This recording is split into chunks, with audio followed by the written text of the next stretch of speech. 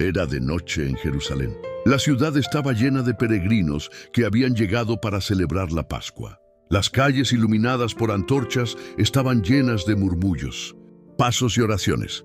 Pero en una casa sencilla, en un aposento alto preparado con cuidado, estaba a punto de ocurrir uno de los momentos más importantes de toda la historia. Jesús sabía que su tiempo en la tierra estaba llegando a su fin. Sabía lo que iba a suceder en las próximas horas. Sabía del sufrimiento, del juicio y de la cruz. Sin embargo, en lugar de huir o esconderse, decidió reunirse con aquellos que había amado y enseñado durante 3 años.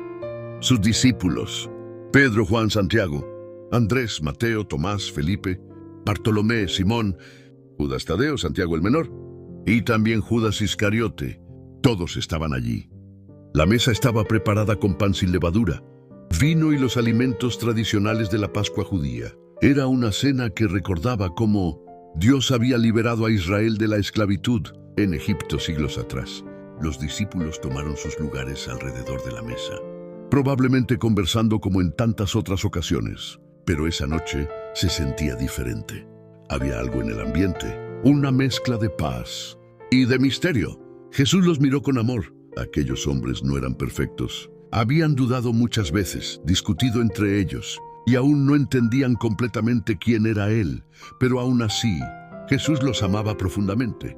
Entonces dijo algo que sorprendió a todos. «¿Cuánto he deseado comer esta Pascua con ustedes antes de padecer?»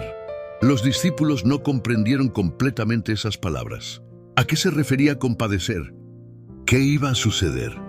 Pero Jesús continuó con la cena. En un momento inesperado ocurrió algo que dejó a todos desconcertados. Jesús se levantó de la mesa, tomó una toalla y una vasija con agua. Luego se arrodilló frente a sus discípulos y comenzó a lavarles los pies. En aquella cultura, lavar los pies era una tarea reservada para los sirvientes. Los caminos estaban llenos de polvo y los pies de los viajeros llegaban sucios a las casas. Por eso, un siervo era quien normalmente realizaba ese trabajo. Pero esa noche, el maestro se convirtió en servidor. Uno por uno, Jesús lavó los pies de cada discípulo. Cuando llegó a Pedro, él se resistió. «Señor, ¿tú lavarme los pies a mí?»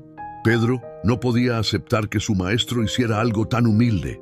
Jesús le respondió con calma: «Lo que yo hago ahora no lo entiendes, pero lo comprenderás después».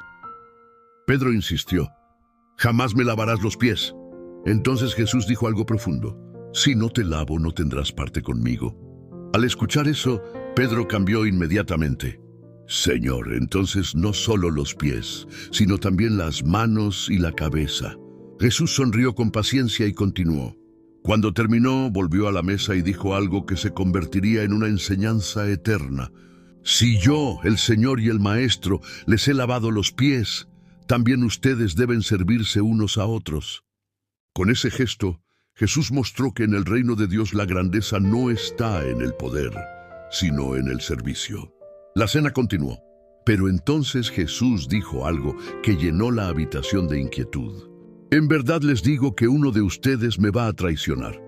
El silencio cayó sobre la mesa. Los discípulos comenzaron a mirarse unos a otros.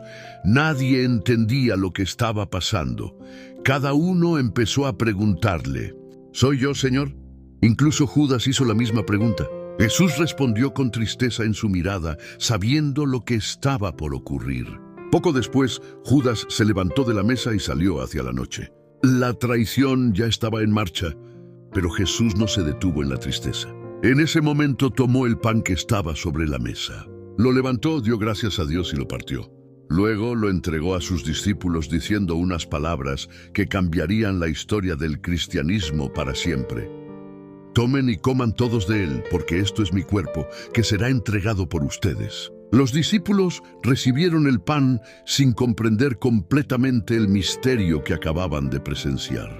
Después Jesús tomó el cáliz con vino, lo levantó, dio gracias nuevamente y se lo entregó diciendo: «Beban todos de él, porque este es el cáliz de mi sangre, sangre de la alianza nueva y eterna, que será derramada por ustedes y por muchos para el perdón de los pecados». En ese momento nació uno de los sacramentos más importantes de la fe católica, la Eucaristía. Jesús estaba mostrando que su propio cuerpo y su propia sangre serían ofrecidos para salvar al mundo.